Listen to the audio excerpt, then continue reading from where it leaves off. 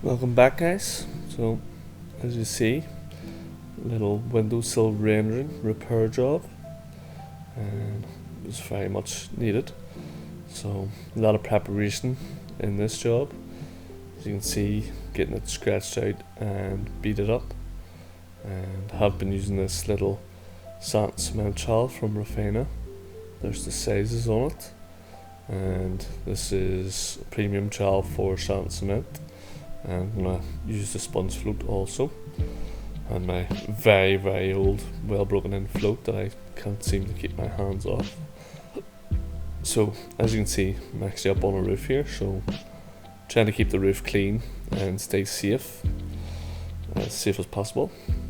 Do these windowsills, and also one around the corner here. So quite a wee bit of work in it. I have to take off all the old render and get this scratch coat on, which is set up very nicely. Pretty hard.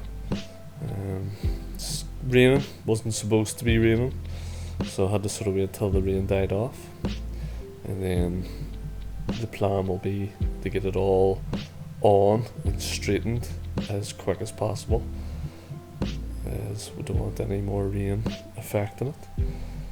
And you might be wondering why I haven't beaded the wee side bits. I feel that a bead there would just be way too weak, so I'm just going to form that freehand. Well, not so much freehand, but I'll use the tools that I have and get a nice sharp edge on that.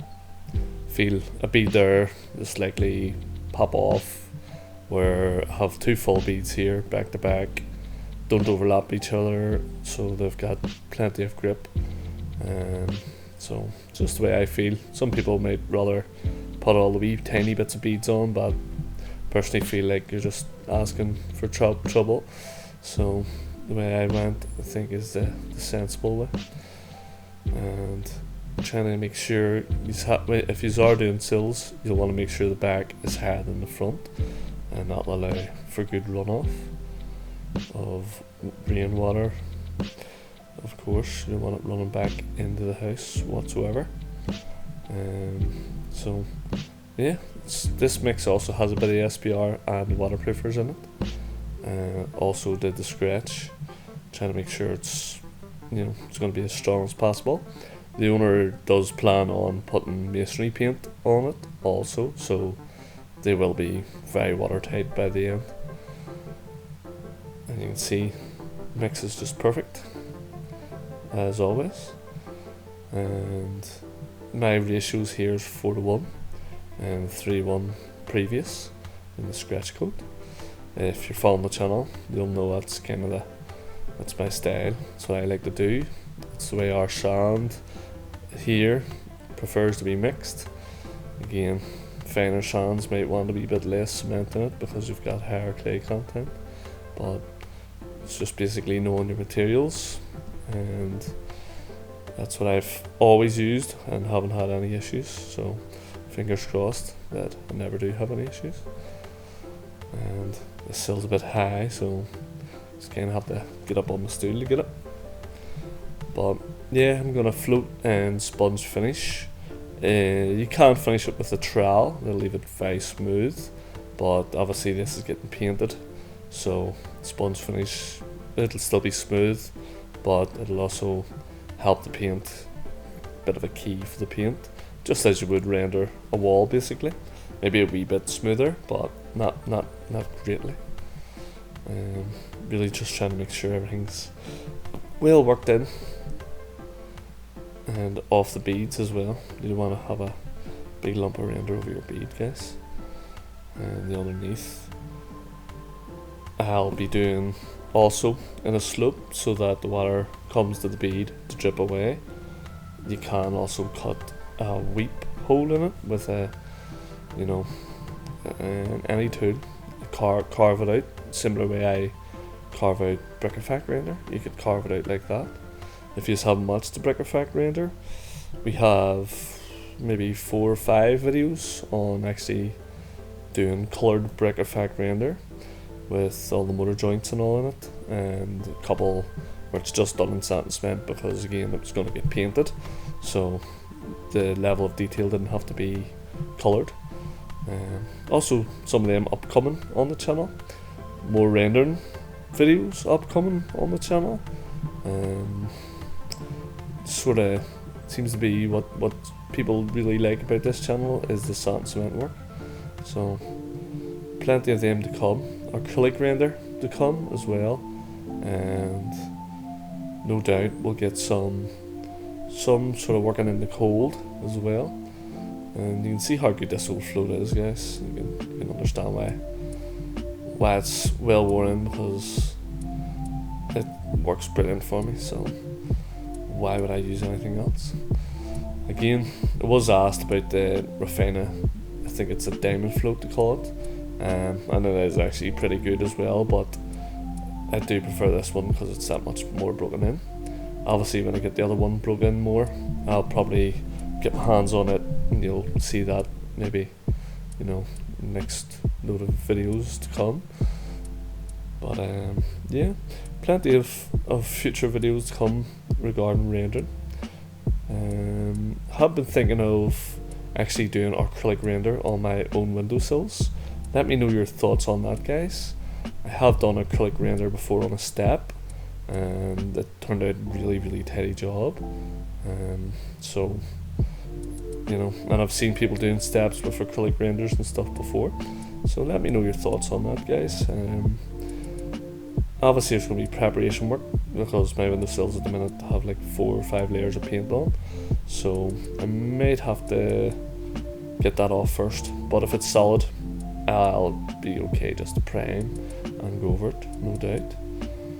And you can see this windowsill here actually got a queer wee drip of rain.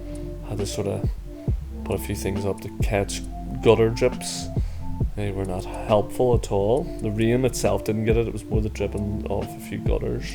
We're getting a couple of these sills, which make life a bit harder. But, just because the weather forecast says it's not going to rain doesn't mean it's not going to rain. So never always fully rely on that. The SBR in the mix, guys, can make it that wee bit stickier to finish. If you do let it dry, SBR does actually, I find it sets my render up quite a lot quicker as well. So if you sort of let it dry, if you get your timings right, plastering's all about them timings, so is rendering, plastering, rendering, it's all the same. It's all about your timings. If you go early, you sort of need a wee bit of skill, but if you go a bit later, you will need a bit more muscle power to rub it in, but it'll also be, it'll be easier to rub if there's SB on it, as it will make it that wee bit stickier. Sometimes if you put too much SB on it, you could have a real nightmare. So just lost my bit of a dust sheet there, trying to slide off the roof. But yeah, just really, when it comes to windowsills, you sort of want a wee bit of attention to detail. And with this, it's obviously you're going to have to clean off all them sill bars of the window all around that margin. And where I am as well, you're going to really have to clean that roof, guys, if anything has dripped. I think I just touched up where one of them gutters was dripping on and made a bit of a hole on me, so I had to touch that up again. But yeah, a clean job is a happy job, so really pay attention to keeping it clean. And let me know your thoughts on not using them wee cuttings on the sides. Would you have rather used them? I had a couple of more cuttings. I could have did all the sides, but again, I think the chances, I've seen lots of plastic beads blowing off in the corners, so small beads are more likely to blow off than bigger beads. So these are proper good lengths of windowsills as well, so they're well stuck on. I don't see them coming, but a small piece, I just feel like it'll be a lot more fragile, and I don't feel like it's give me, I think I've got it pretty tidy and sharp around the edges. This roof's a lot cleaner than what it was when we started. But yeah, that's what it's all about, guys. Leaving the place cleaner than you found it. It wasn't dirty, it was just wee bit of moss and stuff. Especially that the black roof over there was quite slippy. So if you're on roofs, guys, just make sure you've got good footwear and you're aware of your surroundings. You know what's slippy, and when things are wet, they're always slippy.